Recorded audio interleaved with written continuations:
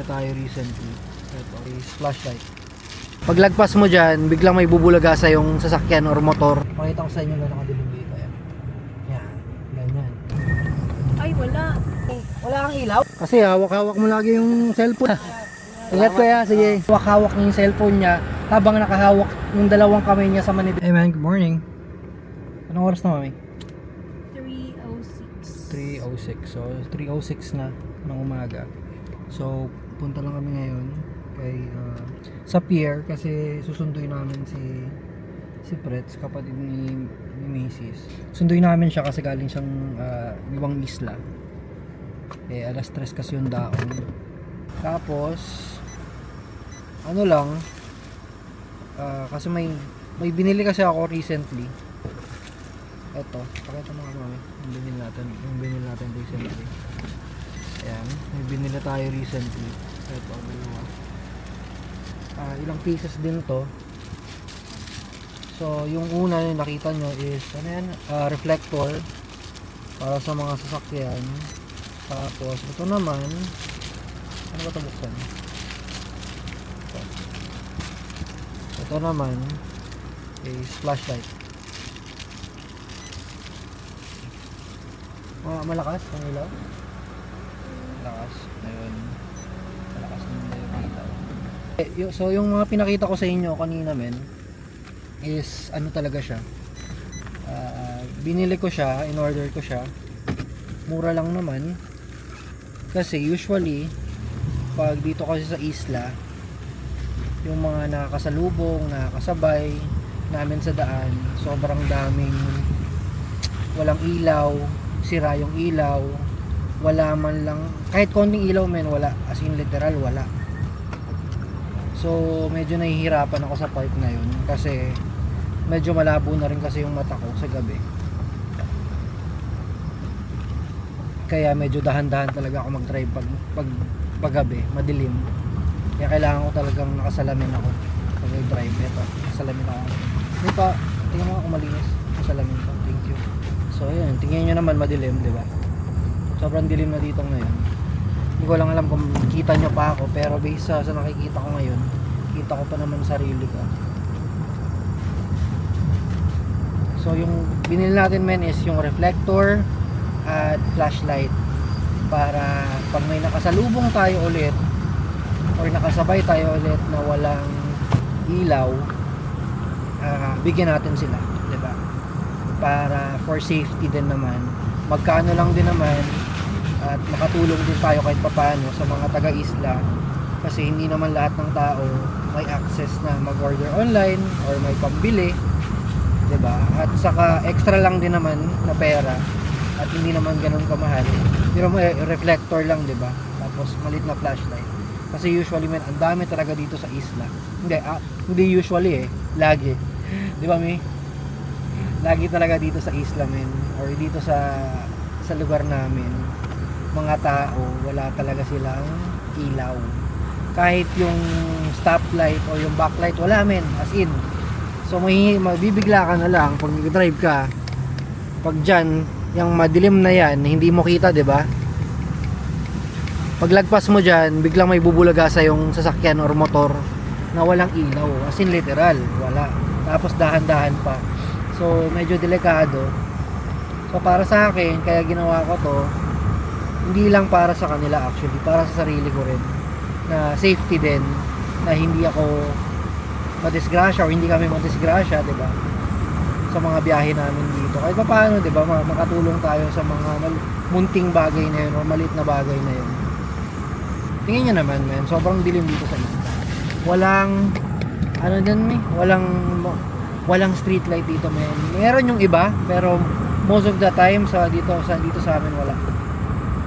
Tulad ngayon, tingnan nyo sa labas. Pag pinatay ko yung ilaw ko men ngayon, wala, pitch black. Literal na pitch black yan. Kaya ayan, umuulan na. So yun men, punta muna tayo, sundo muna natin kay Pretz. Mas mamaya tingnan natin men kung may, at umuulan na din pala men. Ang lakas ng ulan, no? So sarado na tayo. Pakita ko sa inyo na nakadilim dito. Yan, ganyan. So dyan, pati yung makikita ko madalas yung mga nagmumotor na walang ilaw. Ang gamit nila men yung sa lighter ng ilaw. Grabe, di ba, May? Ilang beses na kami ilang beses na kami nakakita ng ganun. Ganun lang. Ganun ang gamit nila, men, kasi syempre mahal din naman paayos ng motor. I mean, para sa akin kasi dapat priority yun. Na ilaw, ganyan, safety. Headlight tsaka tail light, diba? Priority yun pag magsasakyan ka, lalo na motor. Pero wala, hindi ko din naman sila masisi na wala din silang paggawa siguro. Ang pagawa, yun lang din talaga. Iipon pa ng bad. Oo, kasi syempre naman kung meron, bakit hindi, di ba? Kaya nyo naman, magkano lang naman. I mean, lahat tayo, pwede naman tayong gumawa ng ganito just in case, di ba? Para lahat tayo makatulong, lahat din tayo safety. Ayan, wala nang ulan. Kahit pa paano, tahimik na.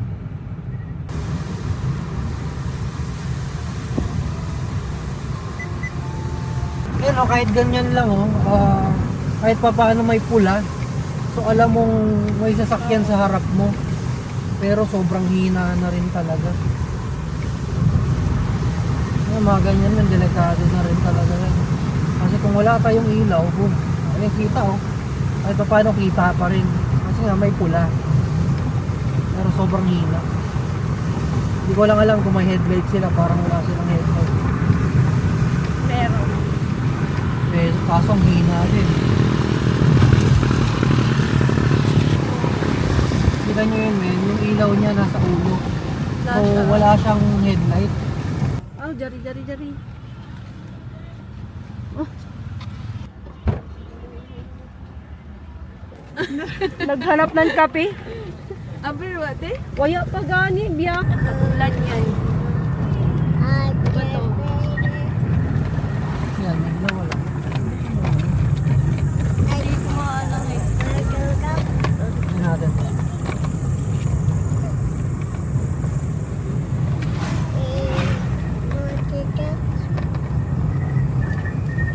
Ay, wala.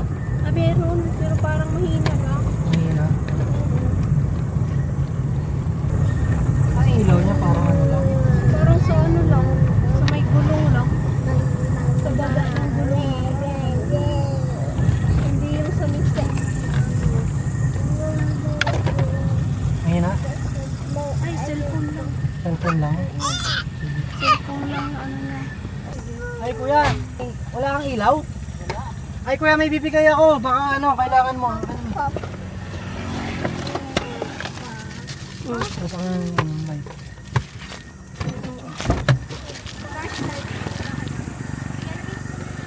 Kaya may ilaw.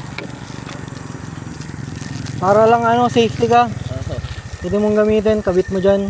Ay, Tapos, yun, rechargeable naman yan kuya para ano.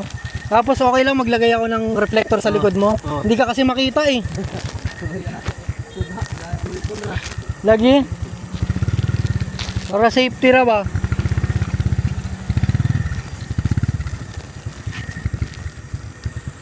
Putangan lang na ako mga duwa ka buhok. Taga-amang ko kuya. Amo lang.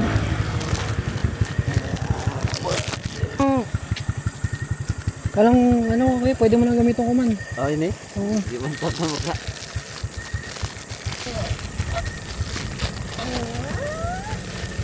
Napaan ka na ang kamo. May problema. Amo daw ko kuya tapos ini, tangtang mo lang ini. Yan. Tapos kabit lang nimo, amo nimo pwede kabit mo ingani. Dire, pwede. Kasi hawak-hawak mo lagi yung cellphone mo. Mahulog pa ang imong cellphone. Ay, salamat. May problema kuya. Ay ni, ang charger kuya. Oo. Kuya, ayo. Ingat kuya, sige. Ingat kuya, ingat.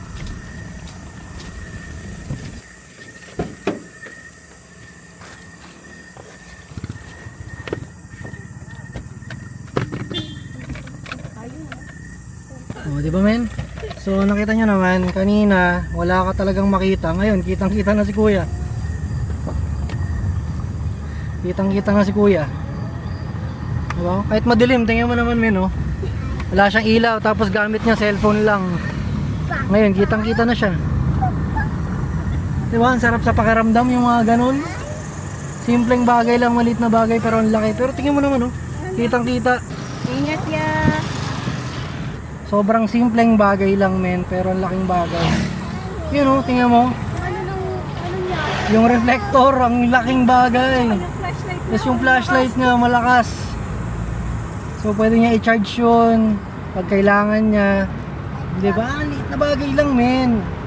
Liit na bagay, ang laking magagawa mo para sa mga simpleng ganun.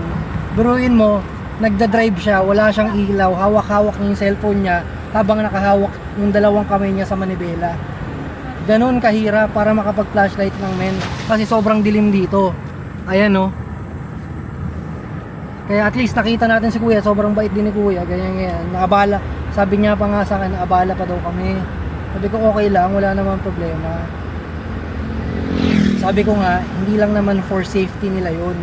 Safety din namin yun, kami dito. Kasi lagi kami lumalabas, nagda-drive, ganun. So, hindi lang para sa kanila yung safety na yun, kundi para din sa amin. Kaya yun yung naisip ko, na konting tulong, di ba? Sa mga lokal, sa mga taga-isla na tulad ko, na kahit papano meron, hindi naman lahat meron.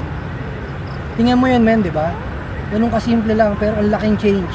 Hindi mo siya makita kanina, pero ngayon, sobrang kitang-kita mo na siya. Grabe mag-reflect yung... So anyways, ayun men, ang sarap sa pakaramdam, di ba? Di ba nga? Parang accomplishment. Di ba? Hindi naman sa ano, pero yun lang, gusto ko lang din mag-spread ng awareness. Pag meron kang konti, hindi masamang tumulong. Diba? At hindi naman sobrang laking bagay nun. Pero para sa kanila, para sa safety nyo, malaking bagay yun. So, mission accomplished tayo. Nagawa na natin yun. So, yun lang, tuloy-tuloy lang natin. Meron pa tayo ilang pieces na flashlight, meron pa tayo ilang pieces na reflector. Magagamit natin yun, maibibigay natin yun, ipapamahagi natin yun sa mga taong walang ilaw sa daan, sa mga taong nangangailangan, diba? So, alright men, mission accomplished at masaya sa pakaramdam na nakakatulong tayo kahit paano.